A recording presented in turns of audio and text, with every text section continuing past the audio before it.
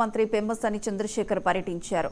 కొల్లిపర మండలంలోని కృష్ణా పశ్చిమ డెల్టా కెనాల్పై ఉన్న హై లెవెల్ బ్రిడ్జ్ కు ఆయన శంకుస్థాపన చేశారు. ఈ కార్యక్రమంలో మంత్రి నాదెండ్ల, ఎమ్మెల్సీ ఆలపాటి రాజేంద్ర ప్రసాద్ పాల్గొన్నారు. కేంద్ర ప్రభుత్వం అందించిన 4,19,00,000 నిధులతో కూటమి ప్రభుత్వం బ్రిడ్జి నిర్మాణం చేపడుతుందన్నారు.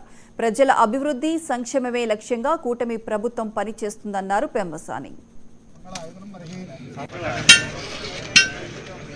ఈ ప్రాంతానికి నిధులు తీసుకొచ్చి తెనాలి అభివృద్ధి చెందుతుంది కాబట్టి తప్పనిసరిగా మీరు ఓటేయండి అంటే తెనాలి ప్రజలు కూడా ఆ రోజున అద్భుతమైన మెజారిటీ, చరిత్రలో లేని విధంగా 50,000 మెజారిటీతో గెలిపించారు. ఆ గెలిపించిన ఫలితం ఇప్పుడు మీరు చూసుకుంటా ఉంటే మొట్టమొదటిగా మన ప్రాంతంలో జాబ్ కార్డ్స్ తక్కువ ఉండటం వల్ల నరేగా 2 కోట్లే వచ్చినాయి మనకి. కొన్ని రాయలసీమ గానీ వేరే ప్రాంతాల్లో జాబ్ కార్డ్స్ ఎక్కువ ఉన్న దగ్గర 10, 15, 20 కోట్లు కూడా ఆ నియోజకవర్గాలకు వచ్చినాయి. మనకు 2 కోట్లే వస్తే మనోహర్ గారు వెళ్లి పవన్ కళ్యాణ్ గారిని అడిగి మాకు 2 కోట్లు అంటే కష్టం అని చెప్పి మళ్ళీ 10 కోట్ల రూపాయలు గుంటూరు పార్లమెంటు, అందులో మెజారిటీ తెనాలికి ఉపయోగపడే విధంగా అందులో దాదాపు 7 కోట్లు వాడుకుంటాం. అంటే 10 + 2 12 కోట్ల రూపాయలు ఈ ప్రాంతానికి వచ్చినాయి.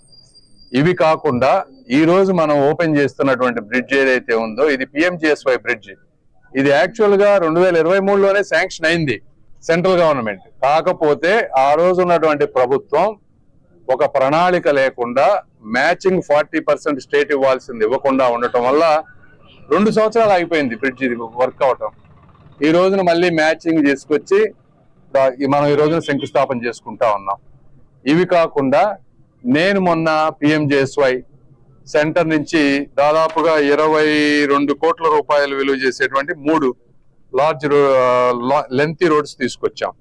అంటే మొత్తం వచ్చేటప్పటికి అది ఒక 12, ఇది ఒక 5, 17, తర్వాత అది ఒక 20, 37 కోట్ల రూపాయలు వితిన్ 9 months లో తెనాలి చుట్టుపక్కల ప్రాంతంలో వస్తున్నాయి.